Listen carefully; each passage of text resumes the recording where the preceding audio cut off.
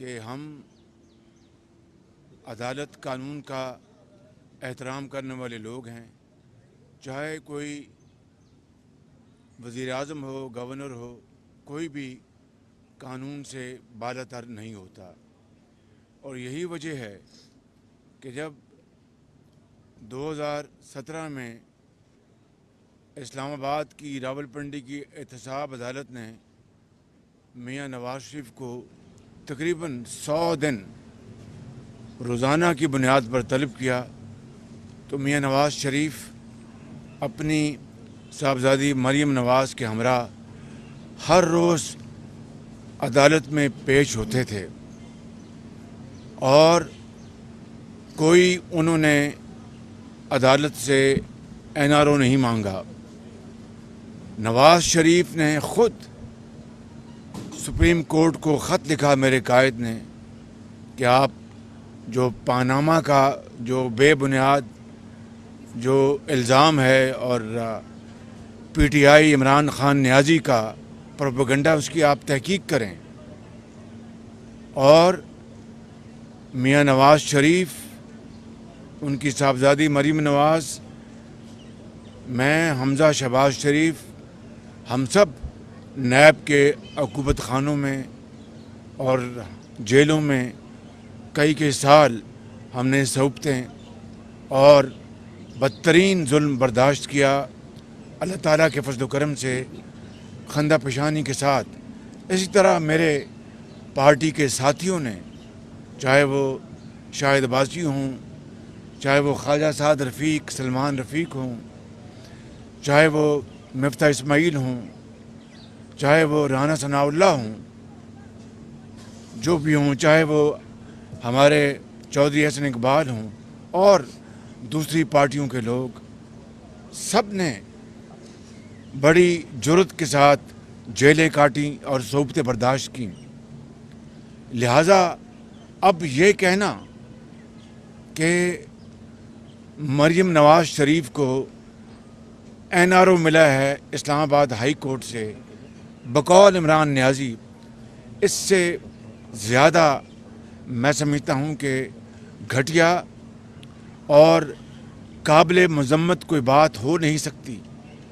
اس لیے ایک بات تو یہ ہے کہ مریم نواز صاحبہ نے اپنا مقدمہ جو میرٹ پہ لڑا اور جو موجودہ جس کو عمران نیازی امینڈمنٹس کو جو ہوئی ہیں نیب کے قانون میں، اس کو NRO کہتے ہیں، میں اس کی طرف ابھی آتا ہوں، اس کے تحت مریم نواز کو بریت نہیں ملی، بلکہ کیس کے میرٹ اور جو اصل جو قانون تھا نیب کا، اس حوالے سے اسلام آباد ہائی کورٹ نے ان کو بریت دی، الحمدللہ۔ اب آ جائیں NRO کے، جو عمران خان جن کی بات کرتے ہیں۔ علیمہ خان کو، محترمہ علیمہ خان کو، عمران نیازی جب نئے وزیر اعظم بنے تھے یا بنوائے گئے تھے جھرلو اور فراڈ کے ساتھ، اس وقت FBR نے جو ان کو مس ڈکلیریشن، جو ان کے اثاثے دبئی میں اور امریکہ میں چھپائے ہوئے تھے، وہ NRO میں نے تو نہیں دلوایا تھا ان کو۔ ابھی چند ہفتے پہلے محترمہ فرح گوگی کو پنجاب کی اینٹی کرپشن نے جو کلین چٹ دی ہے، وہ NRO میں نے تو نہیں دلوایا ان کو۔ اگر وہ NRO ہے عمران خان نیازی کے بقول، تو میں نے تو نہیں دلوایا۔ ابھی 3 دن پہلے عدالت عالیہ لاہور ہائی کورٹ نے ایک عمران نیازی کے ایک حلیف کو ایک ہی دن میں کلین چٹ دے دی، تو وہ NRO میں نے تو نہیں دلوایا ان کو۔ اور اس کے علاوہ آج تک BRT، جس میں کئی 100 ارب روپے کا گھپلا ہوا ہے، اور عمران نیازی کی حکومت مختلف ہتھ کنڈوں اور حربوں کے ذریعے اسٹے آرڈر لیتی رہی تاکہ اس کے خلاف تحقیقات شروع نہ ہو سکیں۔ نیب کے چیئرمین، سابق چیئرمین اس میں شریک تھے۔